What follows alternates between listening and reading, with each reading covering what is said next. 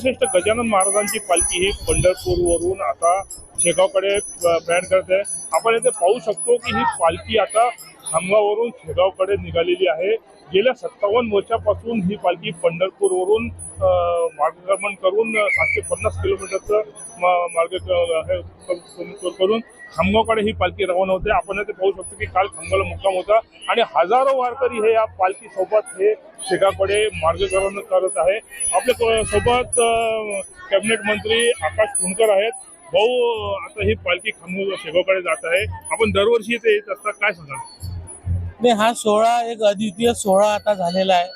आपण पाहत असाल की काही वर्षांपूर्वी या पद्धतीला सुरुवात झाली. गजानन महाराज जेव्हा वारीवरून वापस येतात तर त्यांना शेगाव या गावी त्यांच्या ठिकाणी सोडायसाठी हजारो लोक त्यांच्या सोबत शेगावपर्यंत जायला लागले आणि आता हजारोचं रूपांतर लाखोच झालेलं आपण पाहतोय. आणि या रस्त्यावर आता 1 इंचही जागा खाली राहिली नसेल इतका जनसमुदाय या पालखीसोबत शेगाव निवासी जात असतो.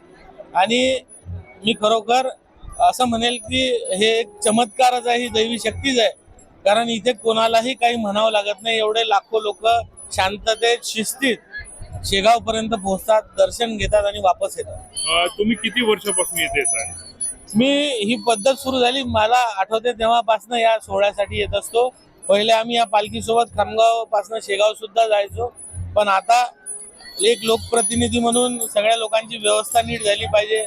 पोलिसांची व्यवस्था पूर्ण आहे की नाही, लोकांना सुविधा मिळतात आहे की नाही, या सगळ्या गोष्टी पाहायच्या असल्यामुळे आता आम्ही सोबत न जाता या सर्व व्यवस्थेवर आम्ही लक्ष ठेवून असतो. काय व्यवस्था करावं लागतं आपल्याला प्रामुख्याने? नाही, इथे रस्त्यामध्ये मेडिकलच्या सुविधा लोकांना मिळाल्या पाहिजे, त्यांना पिण्याचं पाणी मिळालं पाहिजे, त्यांना नाश्ता लागला तर नाश्ता मिळाला पाहिजे. बरेचदा काही लोकांना चक्कर येते, मग अशा वेळेस त्यांना ग्लुकॉन-डी, डॉक्टरची सेवा, सोबतच बरेचदा चोरट्यांचा प्रादुर्भाव याच्यात होतो तर पोलीस यांचा बंदोबस्त ठिकठिकाणी चोख असला पाहिजे. महिलांसाठी बाथरूमची व्यवस्था असली पाहिजे. अशा सर्व व्यवस्थांची पाहणी आम्ही दरवर्षी करत असतो. नक्कीच हे होते आपल्यासोबत राज्याचे कामगार मंत्री, कॅबिनेट मंत्री आकाश फुंडकर, जे या भागातलेच आमदार आहेत आणि कशा पद्धतीने व्यवस्था या ठिकाणी करण्यात येते याची माहिती सांगत होते.